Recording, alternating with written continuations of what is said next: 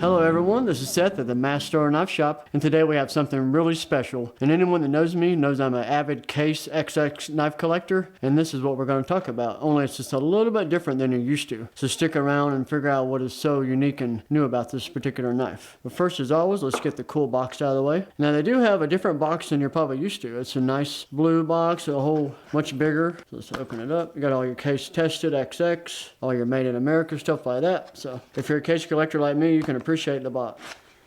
And you have a nice presentation, of course, all your product quality information in about 15 different languages, but that's important to have. And you got a nice presentation, you got your nice little case banner, the knife fits in there perfectly, so it's actually a nice, good collector box. And if you're a collector like me, you always want to save the box. So if you buy this, hang on to the box, very important. Now we can get into the knife itself. And this is called the Case Highbanks. And it's actually came out in 2024, part of the Bridgeline series. And the Highbanks is actually in honor of a popular outdoor recreation area near the factory in Bradford, Pennsylvania, which has been there since 1889. That's how old Case is. And they are made in Bradford, Pennsylvania, and pretty much always have been. They're a little bit older than that, but the Case we know today is out of Bradford. And what I have done, this is the knife most collectors probably are used to. This is an old school Case mini trapper, you know, your typical half stop, full stop like that. This is actually a 1940 to 64, one of my knives, one of my favorite. So that's what you're expecting. But when you see this, you might be thinking that's pretty out of left field for Case. But I think they're just trying to mix a little bit of a modern twist with traditional style and heritage. So let's open it up, check it out. Instantly you can see it's a common EDC size, fits my hand well. Obviously bigger than the pocket knife we're used to. So they're going for more of an EDC style. This one, they call it a modified Wharncliffe blade. So I'm on the fence about that. I don't see anything about a Wharncliffe. A true Wharncliffe will have a totally straight edge, but they can call it what they want. One thing I do like about it, it does have, similar to a Wharncliffe, it does have that extra grip right there. So you can really index that tip. So that's about the only thing I'm seeing Wharncliffe on it. And one cool fact is they put a nice little swedge right there in the end. So whether you're skinning an animal, cutting a box, stabbing into something, that takes a lot of the steel away, and so it can penetrate better. So I do like the fact they did that. And this one has a traditional nail nick. That's the only kicker for me. I was hoping it would have a flipper or a thumb stud, because that's what I'm used to on my EDCs, but they wanted to stick to tradition. So you got your nail nick. You even have your half stop, just like a regular pocket knife. And then back like that. Now the only difference is this one does not have a back lock. Like your regular Case knife has a back lock, this has a detent ball. You can not quite hear that, but you can see how it instantly stops right there. It's locked in. And a little bit of pressure, you can close it. So they're putting kind of modern mechanics in there with a traditional style.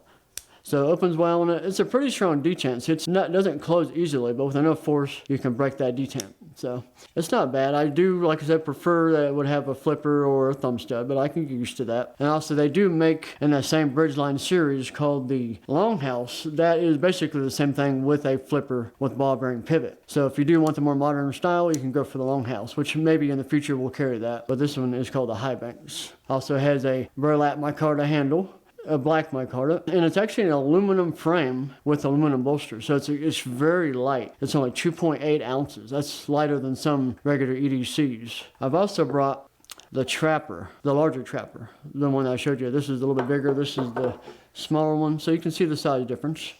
So if you're used to carrying a trapper, this is essentially the same, actually a little bit shorter. So if you can carry that, you can easily carry this. And also, of course, it has a deep carry pocket clip for more of a modern carry. And it is pretty much deep carry, and it is tip up. So when you pull it out, you can easily open it up and get to work. And remember, the specs and pricing and links to purchase are in the description. Now we can get into the specs on this one. Let's go with the overall length. It's just shy of 7 inches. Definitely quite a bit bigger than, you know, say the old school pocket knife, but not bad. It's only about like less than an inch. And the blade length is 2.75 inches right there. And it's cool how they have that grind. It's a little bit different. It's a flat grind, but they showed it right there, so you can kind of see that. I've never seen that on any other EDCs like that. It's pretty cool. Back in the 80s, they did something they called the new grind, and it kind of mimics that. I don't know if that was intentional, but I do like that. And I told you the weight was 2.8 ounces, very light, easy to carry in the pocket, and you really have to hold it to appreciate how light that is. So it's actually lighter than the regular trapper. And now we will go over the steel, the coolest part about this, what you would not expect. And that is, let me zoom in there, that is a 20 CV steel. You might be able to read that, which is an excellent CPM steel, a modern steel, not something that Case does not typically use in their knives. So let's go over that on the steel chart.